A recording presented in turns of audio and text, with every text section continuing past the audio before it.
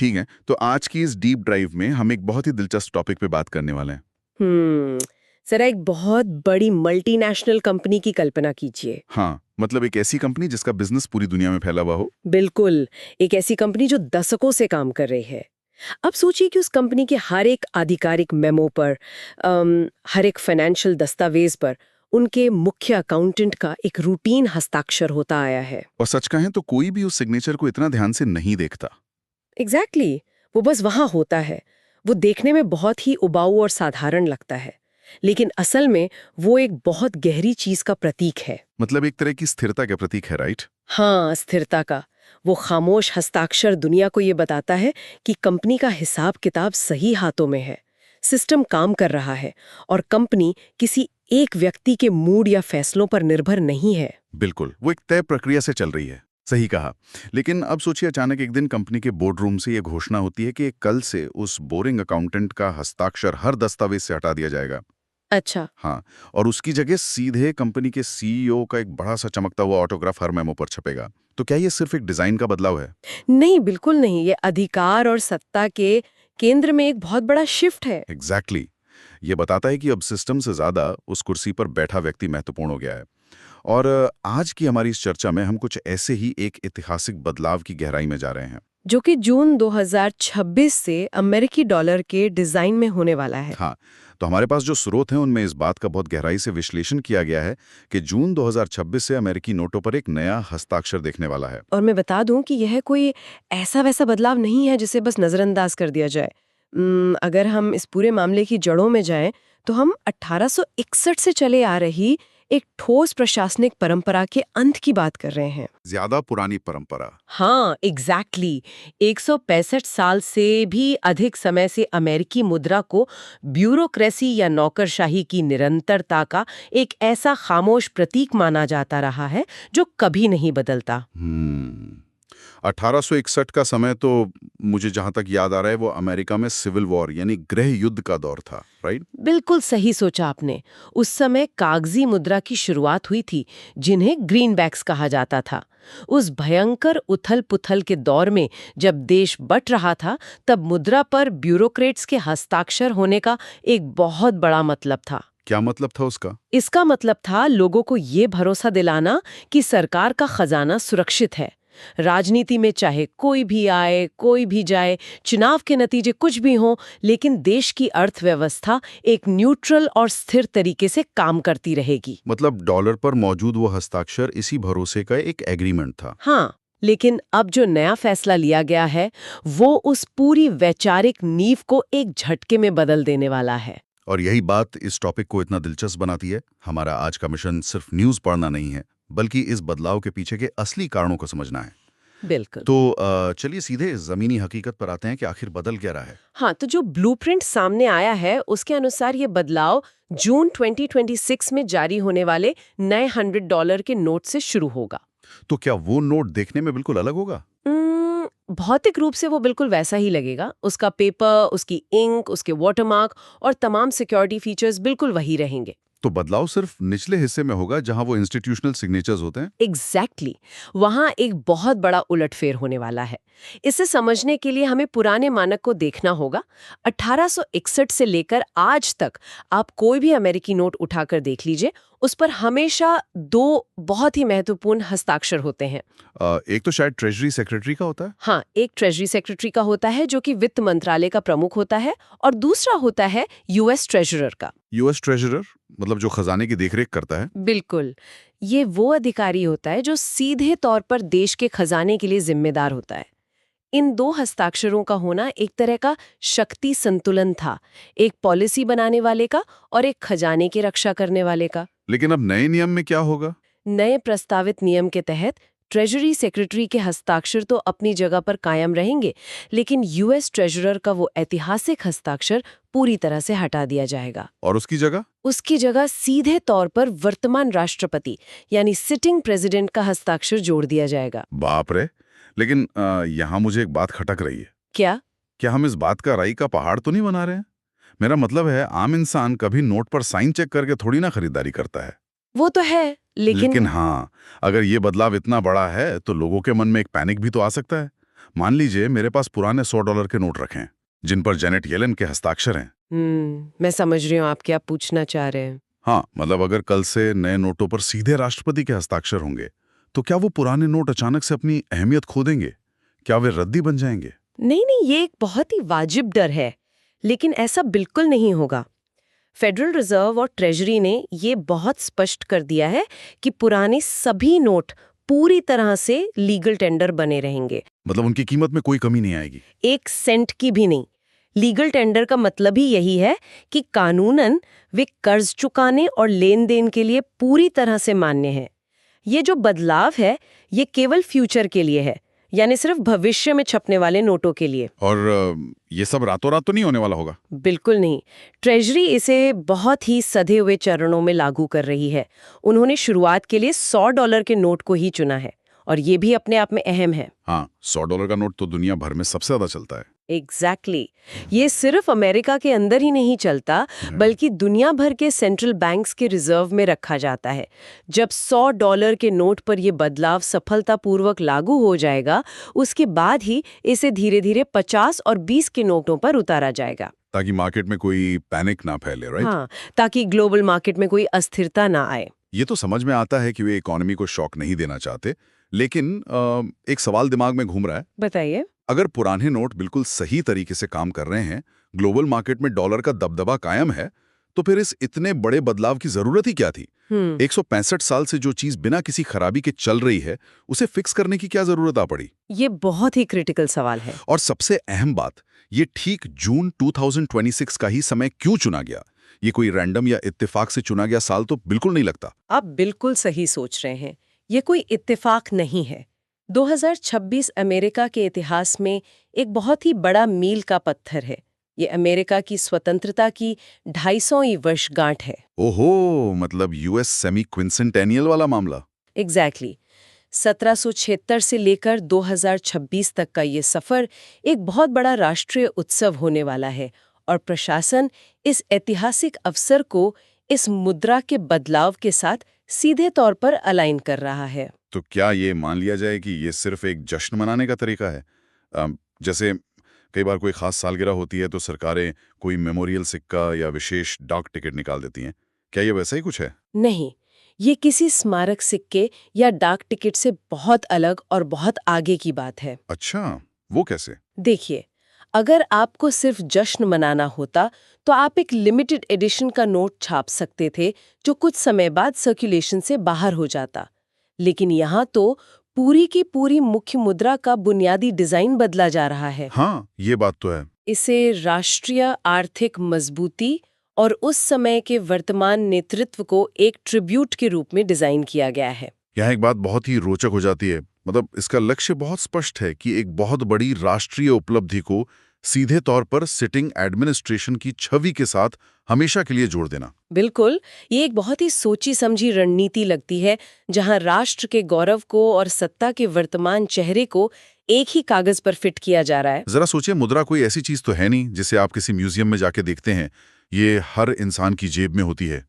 Grocery store से लेकर बड़ी कॉर्पोरेट डील्स तक हर जगह इस्तेमाल होती है। हाँ, ये हमारी रोजमर्रा की जिंदगी का हिस्सा है। तो अगर उस $100 के नोट पर सीधे उस समय के राष्ट्रपति का हस्ताक्षर हो, तो वो एक तरह का 24 घंटा चलने वाला राजनीतिक संदेश बन जाती है। ये ऐसा है जैसे कोई एडमिनिस्ट्रेशन अपने कार्यकाल का एक परमानेंट बिलबोर्ड हर नागरिक के बटुए में रख रहा हो। ये एक बहुत ही सटीक एनोलॉजी है। लेकिन ये सब सुनकर मेरे मन में एक सवाल और उठता है। जब सत्ता और मुद्रा के डिजाइन की बात आती है, तो क्या कोई राष्ट्रपति सच में कुछ भी कर सकता है? मतलब? मान लीजिए किसी राष्ट्रपति को ये लगे कि हस्ताक्षर तो बहुत छोटी चीज है, क्यों ना मैं ये तय कर दूं कि $100 के नए नोट पर मेरी अपनी तस्वीर छपेगी। क्या कानूनन ऐसा करना संभव है? ये एक बहुत ही शानदार सवाल है, और इसका जवाब हमें उन कानूनी बारीकियों की ओर ले जाता है जो ट्रेजरी के अधिकारों को कंट्रोल करती हैं। तो क्या कानून इसकी इजाजत देता है? देखिए, तकनीकी रूप से फेडरल रिजर्व नोटों के डिजाइन को तय करने का ट्रेजरी के पास बहुत व्यापक अधिकार होता है। वो रंग बदल सकते हैं, नए सिक्योरिटी फीचर जोड़ सकते हैं और संस्थागत हस्ताक्षर भी बदल सकते हैं, जो कि वो 2026 में कर ही रहे हैं। हाँ, लेकिन यहाँ कानून ने कुछ बहुत सख्त सीमाएं भी तय की हुई हैं, जिन्हें कोई भी राष्ट्रपति अपनी मर्जी से पार नहीं कर सकता। मैंने इसके बारे में पढ़ा है। इस कानूनी ढांचे में जिस एक नियम की सबसे ज्यादा चर्चा होती है वो है living person rule. Exactly, the living person rule. संघीय कानून बहुत स्पष्ट रूप से यह कहता है कि किसी भी जीवित व्यक्ति की तस्वीर या पोर्ट्रेट अमेरिकी मुद्रा पर नहीं छापी जा सकती। ये नियम असल में आया कहाँ से? इस नियम का इतिहास बहुत ही रोचक है। ये अमेरिका के शुरुआती दिनों से जुड़ा है। जब अमेरिका ने ब्रिटिश राज से आजादी पाई थी तो उनके मन में राजशाही को लेकर बहुत नफरत थी। हाँ, क्योंकि ब्रिटिश पाउंड पर तो राजा या रानी की तस्वीर होती थी। बिल्कुल, जो ये दर्शाती थी कि पूरा खजाना उसे एक व्यक्ति का है। इसलिए अमेरिका के संस्थापकों ने यह तय किया कि हम कभी भी अपनी मुद्रा पर किसी जीवित नेता की तस्वीर नहीं छापेंगे, ताकि कोई भी राष्ट्रपति खुद को राजा न समझने लगे। राइट। हाँ, और किसी भी तरह के पर्सनैलिटी कल्ट या व्यक्ति पूजा को बढ़ावा न मिले। इसीलिए अमेरिकी नोटों पर जॉर्ज वॉशिंगटन या अब्राहम लिंकन जैसे लोगों की तस्वीरें होती हैं। वो महान है, लेकिन वो इतिहास का हिस्सा है, जीवित नहीं है। ये वाकई में बहुत गहरी बात है। राजशाही बनाम लोकतंत्र का ये फर्क एक नोट की छपाई से तय हो रहा था। और इसी नियम को समझने के लिए हमारे स्रोत में एक बहुत ही सटीक कानूनी उदाहरण दिया गया है। आप ट्रम्प कॉइन वाले उदाहरण की बात कर रहे हैं ना? हाँ, एग्जैक्टली, जिसने हाल ही में बहुत सुर्खियां बटोरी थी। ट्रम्प कॉइन और ट्रम्प बिल के बीच का कानूनी अंतर। ये उदाहरण इस पूरे मामले को बहुत अच्छे से समझाता है। हाँ, जरा इसे ऐसे समझते हैं। मान लीजिए कोई सिटिंग राष्ट्रपति, जैसे कि इस स्रोत में डोनाल्ड ट्रंप का नाम लिया गया है, अगर उनका हस्ताक्षर किसी नए डॉलर बिल पर आता है तो वो पूरी तरह से कानूनी है। हाँ, जिसे तकनीकी रूप से ट्रम्प बिल कह सकते हैं। कानून उसे अनुमति देता है क्योंकि हस्ताक्षर को एक ऑफिशियल मोहर माना जाता है। लेकिन अगर वही प्रशासन ये चाहे कि मुद्रा पर उस राष्ट्रपति की तस्वीर छाप दी जाए जिसे हम ट्रम्प कॉइन कहेंगे, तो वो पूरी तरह से गैर कानूनी होगा, क्योंकि वे अभी जीवित है। तस्वीर छापने के लिए व्यक्ति का इस दुनिया में न होना एक सख्त कानूनी अनिवार्यता है। तो बेसिकली पहचान और अधिकार के बीच एक बहुत बड़ी कानूनी लकीर खींची गई है। एकदम सही विश्लेषण किया आपने। कानून के नजर में आइडेंटिटी और अथॉरिटी के बीच यही फर्क है। तस्वीर पहचान से जुड़ी है, जबकि हस्ताक्षर अथॉरिटी और जिम्मेदारी से जुड़ा है। अच्छा, क्या कुछ और भी नियम हैं जो डिजाइन को रोकते हैं? हाँ, बात सिर्फ तस्वीरों तक ही सीमित नहीं है। अमेरिकी मुद्रा की डिजाइन में कुछ और भी अनिवार्य तत्व हैं जो कानून द्वारा सुरक्षित है। जैसे कि उदाहरण के लिए, इन गॉड वी ट्रस्ट जो वाक्य हर नोट पर लिखा होता है, उसे हटाना ट्रेजरी के अधिकार क्षेत्र में नहीं है। और जो मृत ऐतिहासिक हस्तियों के चित्र हैं, उन्हें भी आसानी से रिप्लेस नहीं किया जा सकता। अब यहाँ जो चीज मुझे सबसे ज्यादा हैरान कर रही है वो ये है कि कैसे ट्रेजरी ने इन सख्त कानूनी दायरों के बिल्कुल भीतर रहते हुए ये नया रास्ता खोज निकाला है। हाँ, बिरला कानून तोड़े। एग्जैक्टली। कानून कहता है जीवित व्यक्ति की तस्वीर बनाए। ठीक है, हम तस्वीर नहीं लगाएंगे, हम उनका हस्ताक्षर लगा देंगे। ये एक बहुत ही स्मार्ट लूप होल खोजने का बेहतरीन उदाहरण है। बिल्कुल, ये नियम की सीमाओं को अपने पक्ष में मोड़ने का एक बहुत ही चालाक तरीका है। चलो, मान लिया कि उन्होंने कानूनी रास्ता निकाल लिया। ट्रम्प कॉइन नहीं, ट्रम्प बिल। सही, लूप होल का पूरी तरह से फायदा उठा लिया गया। लेकिन असली सवाल सिर्फ कानून का नहीं है। असली सवाल तो उस भरोसे का है जिस पर पूरी अर्थव्यवस्था टिकी हुई है। तो इस पूरे बदलाव का जमीनी असर क्या होगा? इस जमीनी असर को समझने के लिए हमें ये समझना होगा कि फिएट करेंसी असल में काम कैसे करती है। जो आज का डॉलर है। हाँ, फिएट करेंसी किसी सोने या चांदी से बैक्ड नहीं होती। उस कागज के टुकड़े की अपनी कोई इंट्रिंसिक वैल्यू नहीं होती। वो सिर्फ और सिर्फ एक भरोसे पर चलती है। भरोसा कि जो सरकार इसे जारी कर रही है वो स्थिर है। एग्जैक्टली। अब वापस चलते हैं 1861 की उस ब्यूरोक्रेटिक परंपरा पर। यूएस ट्रेजरर का हस्ताक्षर सिर्फ एक नाम का ठप्पा नहीं था, वो प्रशासनिक निरंतरता का एक बहुत बड़ा प्रतीक था। क्योंकि ट्रेजरर एक नौकरशाह होता है, राजनेता नहीं। बिल्कुल, उसका काम देश के खजाने की रक्षा करना है, चुनाव लड़ना नहीं। वो हस्ताक्षर दुनिया को ये बताता था कि सरकार की जो संस्थाएं हैं वे राजनेताओं के आने जाने से स्वतंत्र होकर अपना काम कर रही हैं। ये एक तरह का आश्वासन था कि आपका पैसा राजनीति से ऊपर है। हाँ, एक न्यूट्रल सिस्टम का हिस्सा है। ये पॉइंट मुझे बहुत हिट कर रहा है।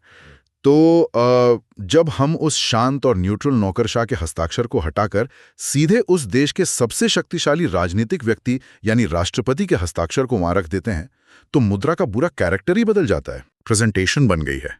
ये सीधे तौर पर कार्यकारी सत्ता और राष्ट्रपति की ताकत का एक विजुअल प्रतीक बन गई है। ये एक बहुत बड़ा पैराडाइम शिफ्ट है। बिल्कुल, ये कोई डिजाइन या इंक का बदलाव नहीं है। ये गहरा वैचारिक और फिलॉसफिकल बदलाव है।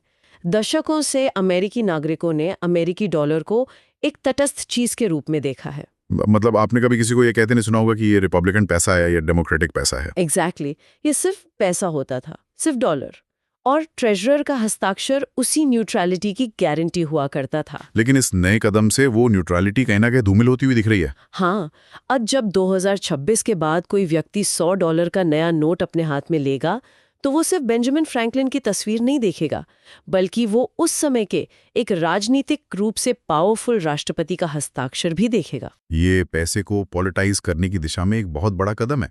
हाँ, ये वाकई में थोड़ा बेचैन करने वाला विचार है। हाँ, क्योंकि यह सीधे तौर पर पैसे के परसेप्शन को बदल रहा है। चलिए, इस पूरी चर्चा में हमने जो कुछ भी गहराई से समझा है उसे एक में समेट लेते हैं। हाँ, हमने देखा कि जून 2026 से $100 के नए नोट के साथ एक ऐतिहासिक बदलाव आने वाला है। हाँ, 1861 से चली आ रही 165 साल पुरानी परंपरा हमेशा के लिए खत्म हो जाएगी। और उसकी जगह अमेरिका की 250वीं वार्षिकगांठ के इस मौके पर सिटिंग राष्ट्रपति का हस्ताक्षर नोटों पर आ जाएगा।